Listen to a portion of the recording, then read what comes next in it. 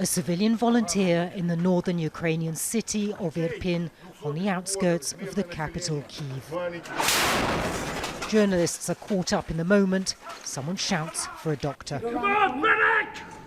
But it's too late for a family who'd been trying to get away. Elsewhere in the city, Russian shells destroy homes. Frightened people run for their lives. Families and children caught up in confusion and chaos.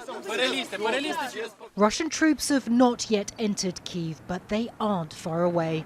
A convoy has encircled the city for several days.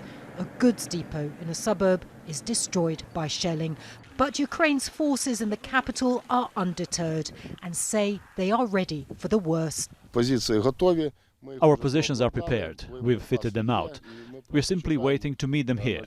And then we'll chase them out, as well as any other units. Victory is going to be ours.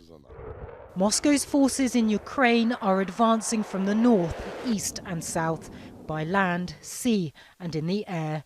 The Kremlin continues to deny targeting residential areas, but the grim reality on the ground tells a very different story. Hundreds of civilians have been killed, apartment blocks, schools and hospitals hit. The Ukrainian president says the Black Sea resort of Odesa could be next. He's urged Western powers to send Ukraine more weapons. Вони готуються бомбардувати Одесу.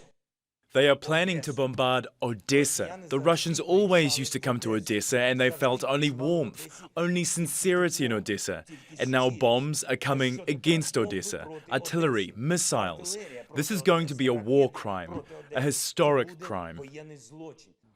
This man, who doesn't want to be identified, also talks about alleged Russian crimes.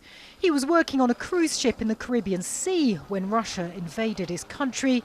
He's come home to fight. To be honest, I am scared. I was scared when I made this decision. I mean, this is the war. Like, people are dying, and there is the chance that you're gonna get shot or, I don't know, injured, whatever. But as I said, now we are united and everybody on the same risk. Lives are being turned upside down in Ukraine. People are having to make heartbreaking decisions on whether to leave behind their homes and loved ones or risk their safety by staying put. When we realized that that things are getting bad, we decided to go. Ivan was studying and working as a software engineer in the eastern city of Kharkiv when the Russian shelling began.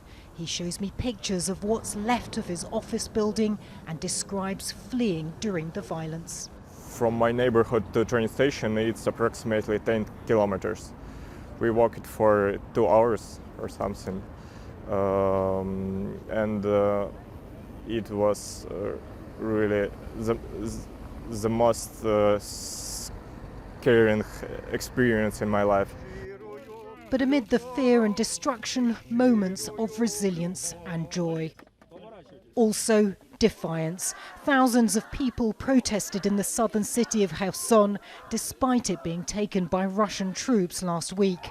Spirits are being tested in Ukraine, but this is proof that they aren't yet broken. Natacha Butler, Al Jazeera, Lviv, Ukraine.